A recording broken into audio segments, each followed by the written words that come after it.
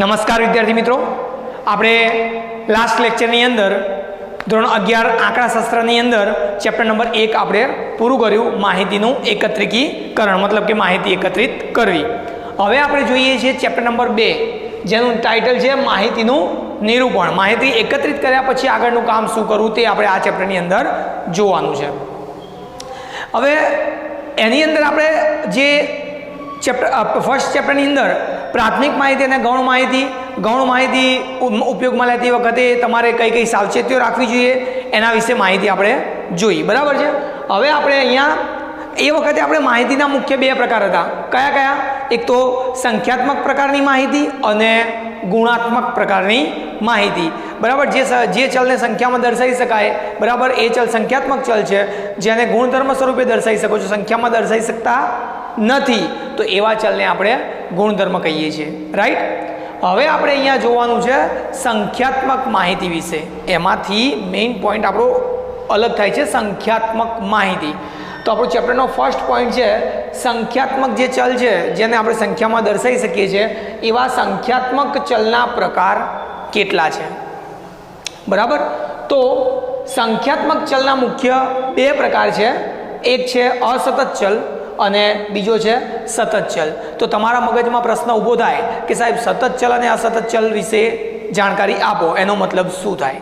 તો આપણે એના માટે નીચે એની પણ વ્યાખ્યા જોઈ છે. 1 માર્કના પ્રશ્નમાં પૂછાય સંખ્યાત્મક ચલના મુખ્ય પ્રકાર જણાવો, તો 2 અસતત ચલ અને સતત ચલ.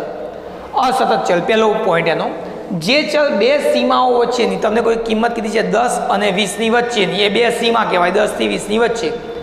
તો અસતત ચલ, જે ચલ બે સીમાઓ વચ્ચેની નિશ્ચિત કે ગણી શકાય તેવી જ કિંમતો જ ધારણ કરી શકે તેમ હોય, તે કિંમતો જ ધારણ કરી શકે તેમ હોય તો તેને અસતત ચલ કહે છે. મતલબ બે સીમાઓ વચ્ચેની ગણી શકાય તેવી ચોક્કસ કે નિશ્ચિત કિંમતો જ ધારણ કરી શકે એવા ચલને અસતત ચલ કહીશું. દાખલા તરીકે 10 થી 20ની વચ્ચેની કિંમત ગણવી હોય, શોધવી હોય તમારે, તો 11, 12, 13, 14, 15, 16, 17, 18 અને 19. તો એવી રીતે તો ગણી શકાય તેવી નિશ્ચિત કિંમતો જ ધારણ કરી શકે તેમ હોય તેને અસતત ચલ કહે છે. દાખલા તરીકે કુટુંબ દીઠ બાળકોની સંખ્યા, માર્ગ પર થતા અકસ્માતની સંખ્યા વગેરે આ એના અસતત ચલના ઉદાહરણ છે. રેડી.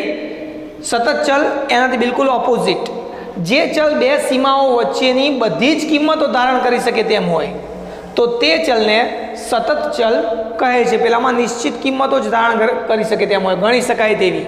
બરાબર. જ્યારે આમાં કોઈ પણ કિંમત ધારણ કરી શકતો હોય તેવા ચલને આપણે સતત ચલ કહે છે. દાખલા તરીકે વ્યક્તિની ઊંચાઈ. હવે વ્યક્તિની ઊંચાઈ આપણે માપવી હોય, બરાબર છે, તો 5 ફૂટ 1 ઇંચ, 5 ફૂટ 2 ઇંચ, 5 ફૂટ 3 ઇંચ, 5 ફૂટ પછી સીધું 6 ફૂટ ના આવે. એની અંદરની કિંમત, અંદરનું માપ પણ હોઈ શકે છે. તો એવી વચ્ચેની કોઈ પણ કિંમત ધારણ કરી શકતો હોય એવા ચલને સતત ચલ કહેવામાં આવે છે. દાખલા તરીકે વ્યક્તિની ઊંચાઈ ગમે તે હોઈ શકે. દિવસનું મહત્તમ તાપમાન, તો એ પણ એવું નથી કે 35 ડિગ્રી, 36 ડિગ્રી, 35.2, 35.3 એવું પણ અંદર ડીપમાં હોઈ શકે છે. તો એ મહત્તમ તાપમાન, વ્યક્તિનું વજન વગેરે એ સતત ચલના ઉદાહરણ છે. બીજી રીતે કહીએ તો ટૂંકમાં જે ચલની કિંમત મેળવવા માટે માપણી કરવી પડતી હોય, જે ચલની કિંમત મેળવવા માપણી કરવી પડતી હોય, એટલે કે ચલની કિંમતની સાથે માપનો એકમ જરૂરી હોય તેને સતત ચલ કહે છે. જેમ કે વ્યક્તિની ઊંચાઈ તો સેન્ટીમીટરમાં કે પછી મીટરમાં, મહત્તમ તાપમાન સેલ્સિયસમાં, વ્યક્તિનું વજન કિલોગ્રામમાં. આ બધામાં પાછળ એકમ લખવો પડે છે. જ્યારે અસતત ચલની અંદર કુટુંબ દીઠ બાળકોની સંખ્યા, તો કે 5 કે 2, એકમ લખવું પડે ના. અકસ્માતની સંખ્યા 10, 15, 20, એકમ લખવું પડે ના. તો જેની પાછળ તમારે એકમ લખવું પડે એવા ચલને આપણે શું કહીશું? સતત ચલ. અને સતત ચલ એ બે સીમાઓ વચ્ચેની કોઈ પણ કિંમત ધારણ કરવા સક્ષમ છે, જ્યારે સતત ચલ એ માત્ર નિશ્ચિત કિંમતો, ગણી શકાય તેટલી કિંમતો જ ધારણ કરવા માટે સક્ષમ છે. રેડી.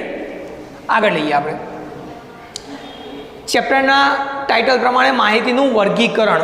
સંખ્યાત્મક ચલ વિશે આપણે આગળ જાણકારી મેળવી હતી, સતત અસતત અત્યારે મેળવી, બરાબર છે. હવે માહિતીનું વર્ગીકરણ, તમે જ્યારે માહિતી એકત્રિત કરો છો સમષ્ટિ તપાસના આધારે કે નિદર્શ તપાસના આધારે, ત્યારે એ માહિતી અવર્ગીકૃત પ્રકારની માહિતી હોય છે, બરાબર. એનું વર્ગીકરણ કરવાનું શું હોય છે, બાકી હોય છે. અને એ માહિતી અવર્ગીકૃત હોવાથી એના ઉપરથી જરૂરી ગણતરી કે જરૂરી નિર્ણયો લેવા માટે તમારે એને વર્ગીકૃત કરવી પડે છે, બરાબર. તો એ વર્ગીકરણ આપણું જે ચેપ્ટરનું ટાઇટલ, આ પ્રશ્નનું ટાઇટલ છે એ પ્રમાણે માહિતીનું વર્ગીકરણ. તો માહિતીનું વર્ગીકરણ એટલે શું?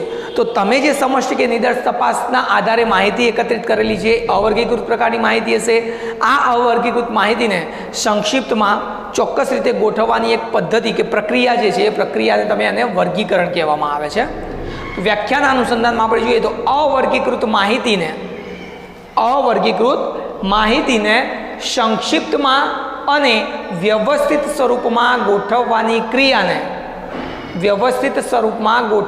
ક્રિયાને માહિતીનું વર્ગીકરણ કહે છે. અને તે ગોઠવેલી માહિતીને વર્ગીકૃત માહિતી કહે છે. ગોઠવવાની ક્રિયાને શું કહેવાય? વર્ગીકરણ. અને એ ગોઠવેલી જે માહિતી છે એ ગોઠવેલી માહિતીને કહેવામાં આવે છે વર્ગીકૃત માહિતી. બે વ્યાખ્યાની અંદર આવી ગઈ, વર્ગીકરણ એટલે શું અને વર્ગીકૃત માહિતી એટલે શું. બંનેનો આન્સર એ જ થશે. ત્યારબાદ આગળ લઈએ આપણે પ્રશ્ન, આંકડાશાસ્ત્રના અભ્યાસમાં વર્ગીકરણની જરૂરિયાત. તમારે આંકડાશાસ્ત્રની અંદર જે અભ્યાસ કરવાનો છે એમાં માહિતીનું વર્ગીકરણ કરવાની જરૂરિયાત શા માટે ઉદ્ભવે છે, બરાબર. તો નંબર 1, વિસ્તૃત માહિતીને સંક્ષિપ્તમાં સરળ અને આકર્ષક રીતે રજૂ કરવા માટે, બરાબર. છૂટીછવાઈ માહિતી હોય, બરાબર, એને વ્યવસ્થિત આકર્ષક રીતે અને સરળતાથી સામેવાળો વ્યક્તિ સમજી શકે એ રીતે એને રજૂ કરવા. નંબર 2, માહિતીના જુદા જુદા લક્ષણો વચ્ચે સરળતાથી સરખામણી કરવા માટે.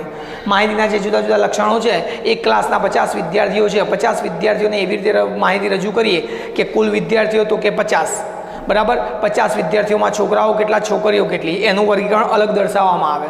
તો ગમે તે વ્યક્તિને છોકરાઓ અને છોકરીઓ વિશેની જાણકારી મેળવવી હોય તો એ ડાયરેક્ટલી એના ઉપરથી મેળવી શકે છે. પરંતુ જો છૂટી છવાઈ અવર્ગીકૃત માહિતી હોય તો એને પહેલાં શું કરવું પડે?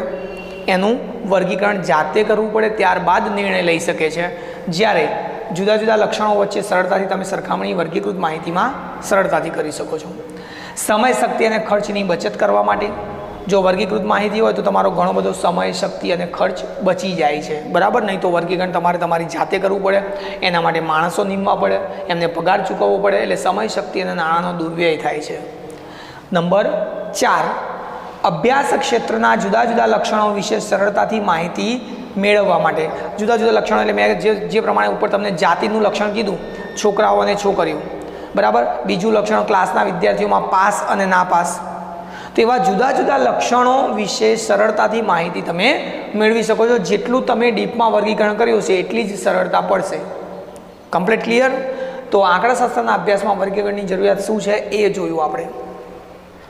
ત્યારબાદ વર્ગીકરણના પ્રકાર. તો વર્ગીકરણના કેટલા પ્રકાર છે? તો એકઠી કરાયેલી અવર્ગીકૃત માહિતીનું મુખ્યત્વે 2 પ્રકારે વર્ગીકરણ કરવામાં આવે છે. એક, સંખ્યાત્મક માહિતીનું વર્ગીકરણ. જે માહિતી સંખ્યા સ્વરૂપે હોય એનું વર્ગીકરણ સંખ્યાત્મક માહિતીનું વર્ગીકરણ કહેવાય. અને જે ગુણધર્મ સ્વરૂપે જે માહિતી છે એનું ગુણાત્મક માહિતીનું વર્ગીકરણ કહેવાશે. તો આ થયા આપણા વર્ગીકરણના પ્રકાર. હવે આપણે એના બેઝ ઉપર સંખ્યાત્મક માહિતીના વર્ગીકરણ વિશે આગળ આપણે ચર્ચા કરીએ. તો હવે વિદ્યાર્થી મિત્રો, આપણે આગળ જે પ્રમાણે જોયું કે સંખ્યાત્મક માહિતી અને ગુણાત્મક માહિતીનું વર્ગીકરણ, બરાબર. હવે એમાં આપણે જોઈએ છે સંખ્યાત્મક માહિતીનું વર્ગીકરણ. સંખ્યાત્મક ચલના મુખ્ય 2 પ્રકાર જે આપણે આગળ જોઈ ગયા, અસતત ચલ અને સતત ચલ, બરાબર છે. હવે અસતત ચલની માહિતીના વર્ગીકરણને આપણે અસતત આવૃત્તિ વિતરણ કહીશું. જો અસતત પ્રકારની માહિતી હોય તો એના વર્ગીકરણને આપણે અસતત આવૃત્તિ વિતરણ કહીશું. જ્યારે સતત ચલની માહિતી તમને આપેલી હોય તો એનું જો વર્ગીકરણ તમે કરો છો તો એના વર્ગીકરણને આપણે કહીશું સતત આવૃત્તિ વિતરણ. તો એમાં પાછો આપણે પેટા પ્રકાર લઈએ અસતત આવૃત્તિ વિતરણ, બરાબર. એનો પહેલો પોઈન્ટ. તો ચલના મૂલ્યના પુનરાવર્તન દર્શાવતી સંખ્યાને ચલની તે મૂલ્યની આવૃત્તિ કહે છે. દાખલા તરીકે કોઈ એક શહેરમાં અકસ્માતની સંખ્યા દર્શાવી છે, એક અઠવાડિયામાં થયેલા અકસ્માતની સંખ્યા, તો માની લો કે સોમવારે 5 અકસ્માત થયેલા છે, બરાબર, તો મતલબ અકસ્માતનું પુનરાવર્તન 5 વખત થાય છે. મંગળવારે 3 અકસ્માત થયેલા છે, તો અકસ્માતનું પુનરાવર્તન 3 વખત થાય છે. મતલબ સોમવારની આવૃત્તિ જે કહીએ એ કેટલી થાય? 5. મંગળવારની આવૃત્તિ કેટલી થશે? 3. તો પુનરાવર્તન પામતા અવલોકનની જે સંખ્યા દર્શાવે એને કહેવામાં આવે છે આવૃત્તિ. તો ચલના મૂલ્યના પુનરાવર્તન દર્શાવતી સંખ્યાને ચલની તે મૂલ્યની આવૃત્તિ કહે છે. અસતત ચલના વિવિધ શક્ય મૂલ્યો, અસતત ચલના વિવિધ શક્ય મૂલ્યોને અનુરૂપ આવૃત્તિ દર્શાવતા કોષ્ટકને, અસતત ચલના વિવિધ શક્ય મૂલ્યોને અનુરૂપ આવૃત્તિ દર્શાવતા કોષ્ટકને અસતત આવૃત્તિ વિતરણ કહે છે. બરાબર છે? અસતત આવૃત્તિ વિતરણ કહે છે. હવે આપણે અસતત આવૃત્તિ વિતરણનું એક ઉદાહરણ લઈએ છીએ. દાખલા તરીકે શહેરના એક માર્ગ પર મે માસ દરમિયાન થયેલ દૈનિક અકસ્માતોની સંખ્યા નીચે પ્રમાણે છે, તે પરથી માહિતીનું વર્ગીકરણ કરો. તો મે માસ કીધું છે અહીંયા. મે માસ એટલે મે માસમાં કેટલા દિવસ હોય? મે માસ એટલે 5મો મહિનો થશે, 31 દિવસ હોય એની અંદર. તો અલગ અલગ દિવસે થયેલા અકસ્માતની સંખ્યા દર્શાવેલી છે, 0, 1, 3, 2. ટોટલ બધા જોઈએ તો આ 31 માહિતી છે, ટોટલ 31 દિવસની અલગ અલગ. બરાબર છે? અચ્છા, એમાં મિનિમમ અવલોકન તમારું કેટલું છે? 0. અને મેક્સિમમ વધુમાં વધુ છે 5. મતલબ વિસ્તાર તમે જુઓ તો મિનિમમ અને મેક્સિમમ અવલોકનની જો હું બાદબાકી કરું તો આપણને શું મળે? વિસ્તાર મળે. આપણી રેન્જ કેટલી છે, કેટલેથી કેટલે સુધીના અકસ્માત દર્શાવવાના છે? તો 0થી લઈને 5 અકસ્માત દર્શાવવાના છે. તો વિસ્તાર ખાલી 5નો થાય. આપણે જ્યારે અવલોકનની માહિતી રજૂ કરવા માટે જ્યારે આવૃત્તિ વિતરણ બનાવીએ તો એની અંદર અવલોકનની જે સંખ્યા છે, બરાબર, એટલે કે વર્ગની સંખ્યા એ મિનિમમથી 6થી લઈને વધુમાં વધુ 15 હોવી જોઈએ. અહીં તો વિસ્તાર જ 5 છે, તો એક એકનો સ્કેલ લઈએ કે 0, 1, 2, 3, 4, 5, 6 તો ચાલે. તો અહીંયા અકસ્માતની સંખ્યા મેં દર્શાવી દીધી, x બરાબર 0, 1, 2, 3, 4 અને 5. અને બાજુમાં આપણે દર્શાવ્યું છે આવૃત્તિ ચિહ્ન, અને છેલ્લો પોઈન્ટ છે આપણી આવૃત્તિ. આ ટોપિક તમે આગળ 10મા ધોરણમાં ભણીને આવ્યા છો. બરાબર? તો 1 બાય 1 અહીંયાથી અવલોકન લેતા જઈશું અને ચિહ્ન કઈ જગ્યાએ આવે એ દર્શાવતા જવાનું. 0 તો 0 અહીંયા 1 આવૃત્તિ, 1 તો 1ની સામે, 3 તો 3ની સામે, 2 તો 2ની સામે, પછી 0, 3, 4, 5, 0, 1, 0, 2, 0. શૂન્યમાં 4 થઈ ગયા એટલે 5મા અવલોકન માટે આ સાઈડ આમ ક્રોસ લાઈન કરવાની, જે તમે ઓલરેડી શીખીને આવ્યા છો. પછી 1 અને પછી 3. પહેલી લાઈન પૂરી. અહીંયાથી 3, 0, 2, 1, 2, 4, 5, 0, 1, 1માં પાછી ક્રોસ લાઈન, 0, 2, 2માં પણ ક્રોસ લાઈન, પછી ફરીથી 2, 0, 1, 2, પછી 1. બરાબર છે? હવે જુઓ, આ થયા 5, 5 ને અહીંયા કેટલી છે? 4. 5 ને 4 પહેલી આવૃત્તિ આવે 9. અહીંયા 5 અને 2 મતલબ એક અકસ્માત થયો એવી આવૃત્તિ કેટલી? તો કે 7. 2, 5 અને 2 એવી પણ 7.